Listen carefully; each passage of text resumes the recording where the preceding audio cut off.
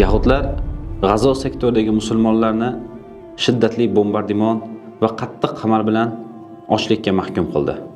Va u yerdagi musulmonlar ochlik sababli vafot etishyapti. Va qattiq qamal ostida qiyinchiliklar bilan yashashyapti.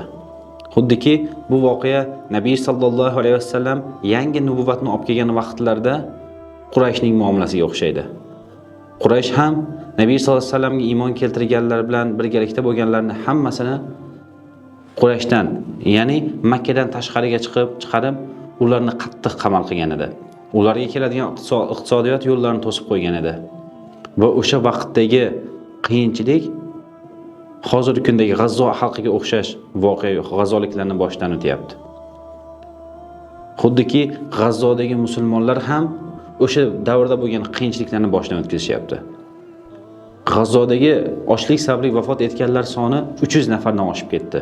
Va bularning ichida yoshi katta bo'lgan odamlar, yosh bolalar va ayollar bor. Hasbunalloh va ni'mal vakil.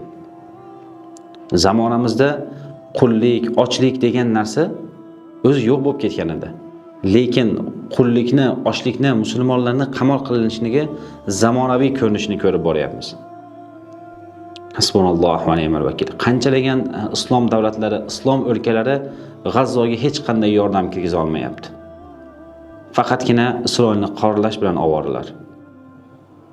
Lekin shunga qaramay bizlar ham va boshqa xayriya tashkilotlari ham G'azzodagi musulmonlarga imkon qadar yordam qo'lini cho'zishlikda davom etib kelyapmiz. Albatta biz ulashayotgan yordamlar, ihsonlar ularning faqatgina bir qismiga ulashyapti. Chunki u yerda millionlagan musulmonlar, millionlarcha musulmonlar qamal ostida ochlik bilan qarama-qarshi turishibdi. Lekin bizlar ham mana bu narsani qilayotgan ihsonimizni, amalimizni, yordamimizni kichkina sanamasdan qo'limizdan kelgancha yordamlarni ulashlikda davom etamiz.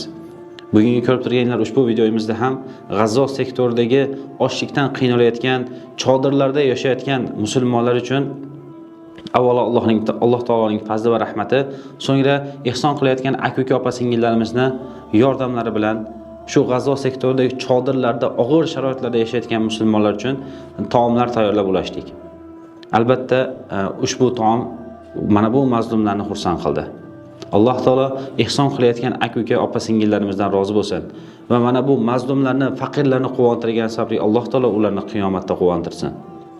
Agar sizlar ham ihson kallor karvoniga qo'shilsanglar, mana shunday faqirlarni, nochorlarni, yetimlarni, G'azzodagi dindoshlarimizni quvontirishni istaylar, bizni aloqa manzillarimizga chiqishingiz mumkin.